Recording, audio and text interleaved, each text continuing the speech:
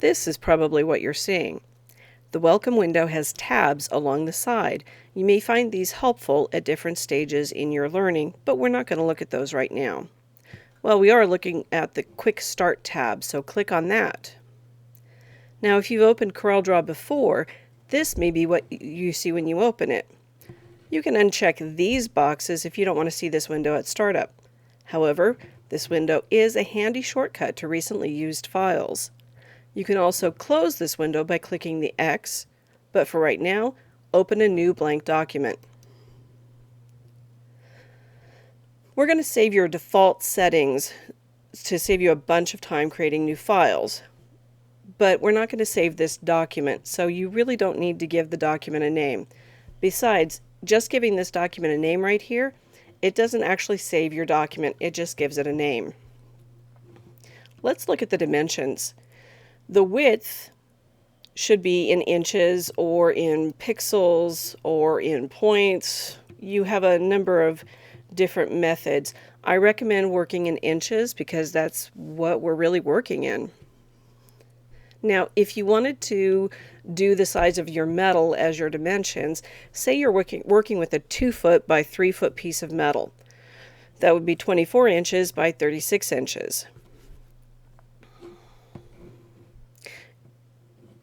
Since you're setting up defaults, you should keep in mind that the dimensions of the table are 47.5 inches wide by 46.5 inches long. So for right now, those are the settings we're going to use. Highlight the width, the numbers in the width, 47.5, and highlight the numbers in the height, 46.5. These other entries right here don't really matter for what we're doing, so ignore them and click OK. So now you see basically what would be the dimensions of the table, but you kind of don't know that because you don't have any rulers to show you what the dimensions are of this document. Go to the main menu and select View. Click on Rulers. Now you see rulers. I also recommend that if you go back to View and click on Guidelines. I'm sorry, my cats are fighting right in the background, so it's a little distracting. But click on Guidelines to make sure that when you do add guidelines, that you'll be able to see them. I also recommend changing to a default setting on your fill color and your line color. Double click on the fill color and the Change Document Defaults window opens up. And you're going to change the graphic. I never changed this. I've never tried anything else, but it always works when I do it this way, so go ahead and click OK.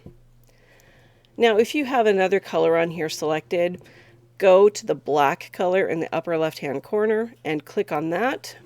And the new color, as I mouse over it, you see new color, changes to black, and click OK.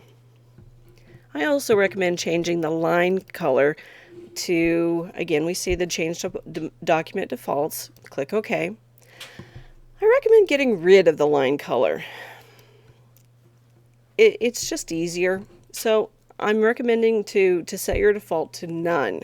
And again, I got to that by just clicking on the width box and changing it from hairline or whatever line you got to none. And click OK.